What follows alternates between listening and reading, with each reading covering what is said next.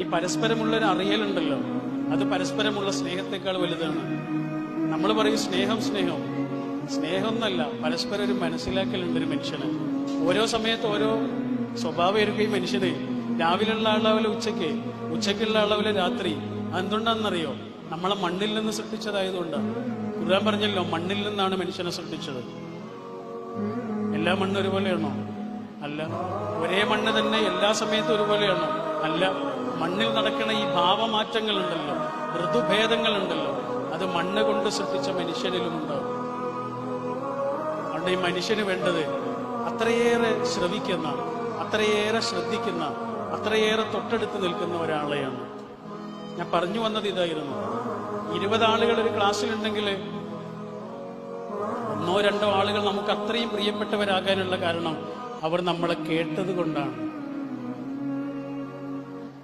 അതുകൊണ്ട് നമ്മുടെ കൂടെയുള്ള ഈ മനുഷ്യർക്കും വേണ്ടത് കേൾക്കുന്ന ഒരു നമ്മളെയാണ്. സമയമല്ല മനുഷ്യന് വേണ്ടത്, നല്ല സമയമാണ്, സാന്നിധ്യമുള്ള സമയം. ഒരാള് 2 പേർ സംസാരിക്കുന്നു, ഒരാൾ 100 കാര്യം പറഞ്ഞാൽ ഇയാൾ 80 കാര്യം കേട്ടിട്ടുണ്ടാവുള്ളൂ. 20 കാര്യം കേട്ടിട്ടുണ്ടാവുള്ളൂ, 80 കാര്യങ്ങൾ കേട്ടിട്ടുണ്ടാവില്ല. എന്ന്. കാരണം ഇയാള് വേറെ സ്ഥലത്തുള്ളത്, ദൂരെയുള്ള ആളുകളോട് സംസാരിച്ചുകൊണ്ടിരിക്കുകയാണ്. അടുത്തുള്ള ആളുകളെ ഇയാൾ കേൾക്കുന്ന പോലുമില്ല.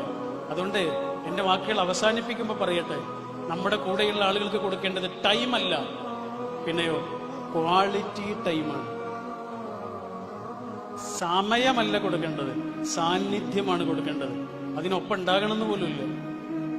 ഗൾഫിലായിരിക്കും ഒരാള്, അത് മതി, 10 മിനിറ്റ് സംസാരിച്ചാൽ മതി.